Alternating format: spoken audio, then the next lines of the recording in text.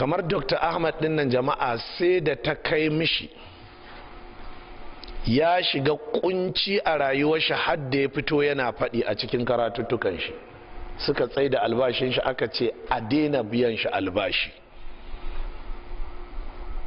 Lecturer ne, PhD yake da shi a ɓangaren hadisi, yana karantarwa, bai taɓa samun kanshi a wannan matsala ba sai da ya zo ya sanya karatun sahihul bukhari yana yi. Kuma ka je ka ji karatun bukhari ma yadda yake yi fa, a cikin yayyafa ruwan sanyin da yake yi in ya zo kan matsala fa baya yin irin yadda muke ko kaɗan ya ce ga abin da yake daidai shine kaɗai daidai, ɗayan ba daidai ba ne, a sai ce kaza malamai sun ce kaza malamai sun ce, sai ce kowanne ka ɗauka ya yi duka daidai ne.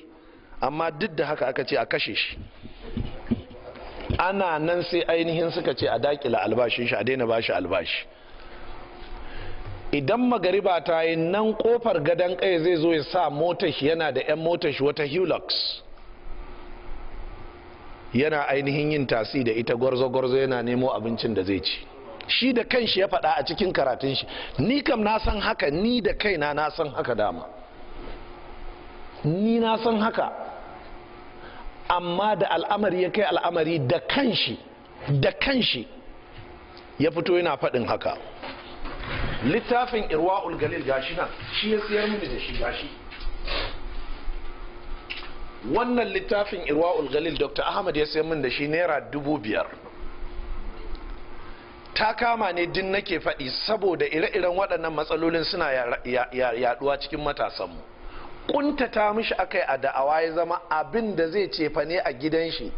Senior lecturer, doctorate degree yake da shi, yana karantarwa, suka tsaye da albashin shi.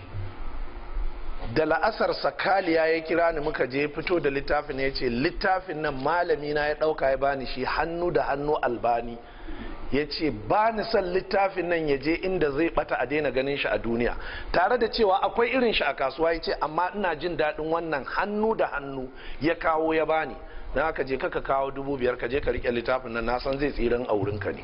Gashi yau kusan shekara 28, afuwan yau kusan shekara 18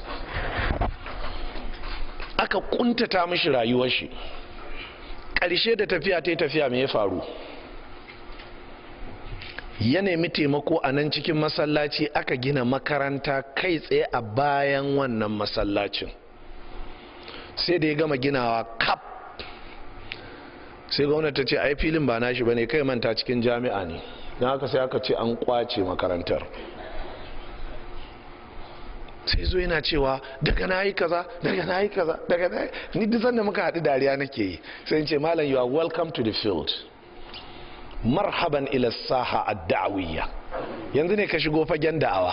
Ya ce to me nayi ne? Sai in ce ba komai fa, ba komai, kai da'awa ne kawai. To ai abin da na faɗa akwai dalili. Na ce ai kwarai da gaske. Wato kaga wai da su suna ganin muna faɗe ba dalili ne, don haka ake karyatawa. Mu da ba mu iya faɗe ba ne, don haka ake faɗa da mu. Don haka duk wanda ya ce ba mu iya da'awa ba, mu ba ma cewa mun iya, sai mu ce a'a ya zo ya yi. Amma kar ya tsaya gefe guda ya ce ba mu iya ba, amma ya shigo ya yi shi. Ko kun fahimta jama'a?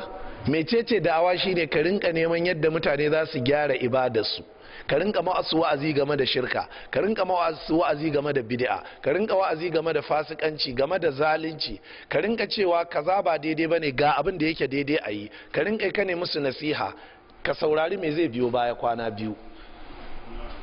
Ko kun fahimta jama'a? Saboda haka matasa, idan za ku yi da'awa wallahi ku tashi ku yi da'awa. Kun san cewa akwai lokacin da sai da aka tirsasa Dr. Ahmad sai da ya bar ƙasar nan? Ba wai aka kore shi ba, a'a, aka kuntata mishi rayuwa sai da ya bar ƙasar nan. Sai da ya tafi jami'ar Nijar ya nemi karantarwa, ya ce kawai don ya samu sassauci. Wannan na kawo maka misalin wai su da ake ganin masu sassautawan kenan. To me sassautawan ta tsinana? In ka zaunar da shi ka tambaye shi haka ne ya kamata a yi da'awa, shi kan shi ya san ba haka bane, amma yana ganin wai a yi musu haka ne don ko a tafi sannu-sannu. Amma sai zama ba su bambance shi da duk wanda ake ganin mai zafin ba, da suka tayi ma sai suka ce ya fi gumi sharri. kalmar da suka faɗi kenan. Duk wainar da ake toyawa ina nan a cikin Kano din a lokacin, ina nan a cikin masallacin.